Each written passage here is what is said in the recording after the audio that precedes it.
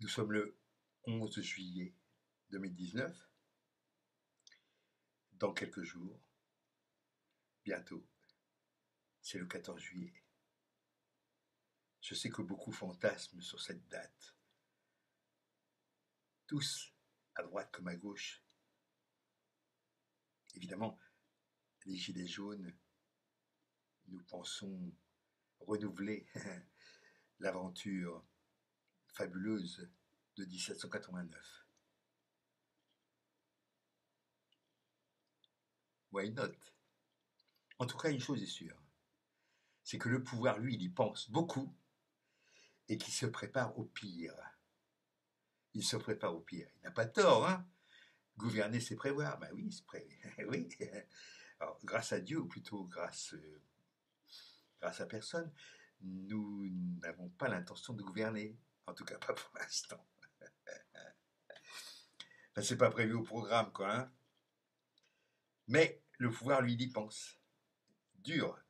Alors, ça prouve une chose. Ça prouve que il peut faire du blackout. Il peut complètement exclure et parler des Gilets jaunes au passé, ce que d'autres font d'ailleurs, qui ne sont pas forcément au pouvoir, des journalistes, des commentateurs, ça. Ils parlent au passé. Ils devraient sortir un peu, les gars, hein, quand même. Hein. Enfin voilà, donc le pouvoir a peur, il a eu peur, il a encore peur. Et moi, je dis, quoi qu'il arrive, n'oublions pas une chose.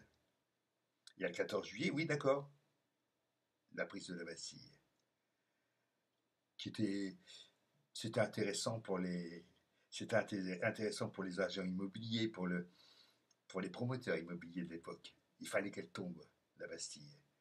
En plus du symbole, il fallait que physiquement, cette grande bâtisse au cœur de Paris puisse tomber. Ça faisait de la place. Mais il y a aussi d'autres dates, d'autres dates proches. Il y a le 4 août, la nuit du 4 août. C'est l'abolition des privilèges.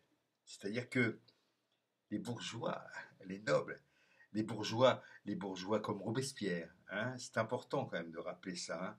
C'est-à-dire qu'il y a des tas de gens chez les Gilets jaunes qui disent c'est des bourgeois. 1780, c'est ça le con, c'est des bourgeois. Ben oui, bien sûr, c'est facile à dire. Hein. Il y avait des bourgeois donc. Et donc ces gens-là, et les nobles, petits ou grands, certains, acquis aux idées des Lumières, ont, ont décidé l'abolition des privilèges, c'est-à-dire les privilèges de l'Église, de la noblesse, etc., qui pesaient énormément sur l'économie de la nation. Donc ces gens-là, volontairement, abandonnent leurs privilèges. Et puis, un an plus tard, le 14 juillet 1790, il y a la fête de la Fédération. C'est-à-dire qu'on fête la prise de la Bastille par une grande fête. Le roi est toujours là. Et puis, il y a aussi, en septembre, le 21 septembre 1792, je crois, hein, ben c'est la proclamation de la Première République. La Première République, elle n'a pas de président. Elle a une direction collégiale.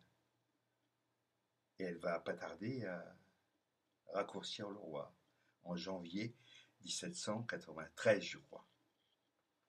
Pourquoi le 21 septembre? Parce que c'est l'équinoxe d'automne.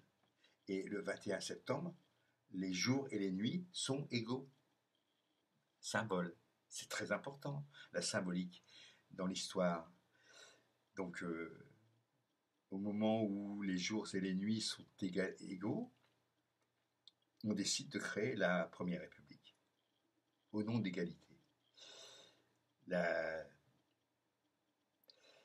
la prise de la Bastille, c'est symbole de la liberté. Le 21 septembre de la République, c'est le symbole de l'égalité.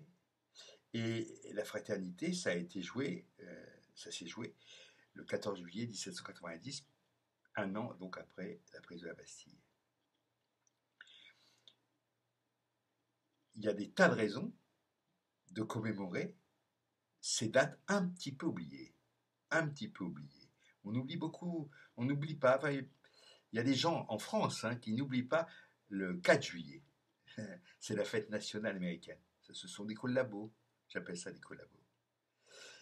Mais par contre, beaucoup ont oublié les autres dates. 4 septembre, c'est un, c'est la chute de l'Empire, du Second Empire. Napoléon III est vaincu. Et donc, la Troisième République, pas encore bien nette, elle est proclamée à ce moment-là, le 4 septembre. Donc, il y a plein de dates, si on veut étudier un petit peu l'histoire, à aller regarder pour commémorer. Amis gilets jaunes, camarades vacanciers ou laborieux, je vous embrasse et je vous aime.